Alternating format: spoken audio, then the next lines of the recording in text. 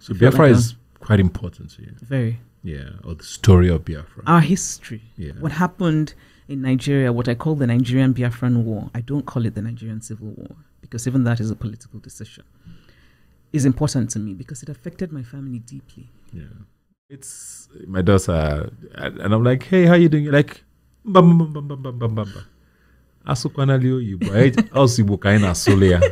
that? Yeah. I don't remember that, but that sounds like me because it was, yes. That's the And choice we it made. was interesting to me because I believed she was born and bred in the US. And to hear you say Igbo is only what what she listens to or hears in the home. Why was that very important to you? You know, I told you earlier about my father having my sisters in the US and saying only Igbo at home. Yeah. And Igbo is important to me. I want my daughter to know where she comes from.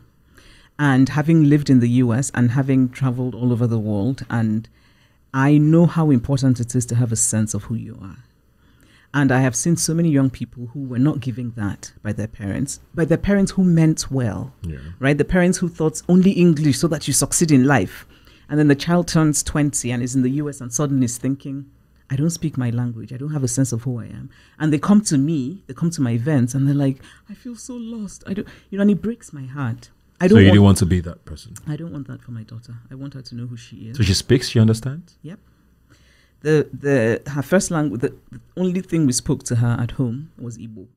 Yeah.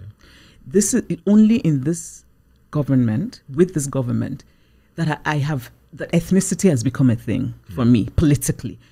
I've always been a very proud Igbo woman, but it never felt that it clashed with my Nigerianness. I've always been very proudly Igbo and very Nigerian, right? And it wasn't a problem? Not at all, until this government. I was always the person in my circle of people saying, no, our problem is not ethnicity. Our problem is incompetence. Our problem is corruption. If I ruled Nigeria, trust me, a leader can create an environment where people feel included. And ethnicity will not matter politically anymore. I believe that even now.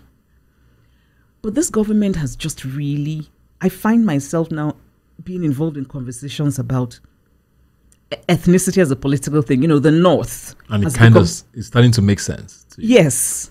I'm no longer that person saying this is nonsense. Because you can see it. You can see that there's a very strong ethnic component to this government in a way that I think makes people feel excluded. And I think it's terrible leadership. Part of me that likes it. Yeah.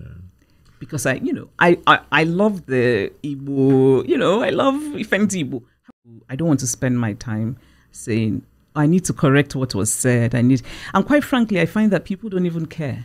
People in general, because this is a time and a society that loves controversy. People will create a controversy when there isn't one. So I just thought... Did it ever get to you, though? Oh, being deliberately misunderstood? Of course. Of course. I think if people say... one of the things this idea of being expected to say, I don't care. I think it's a lie. Because if you care about yourself, and I do, you have to be self-protection is part of it. Of course it gets to me. I think the question is, to what extent does it get to me, and how then does it change my behavior? It's not going to change what I stand for or what I say. That's not going to happen. There are times when it's hurtful because, sometimes it's malicious. The other thing about fame is, one thing I've learned is how ridiculously, terribly two-faced people can be. And also how people sometimes forget that you're human. And how you're no longer a person, you're an opportunity to people. And it's actually deep.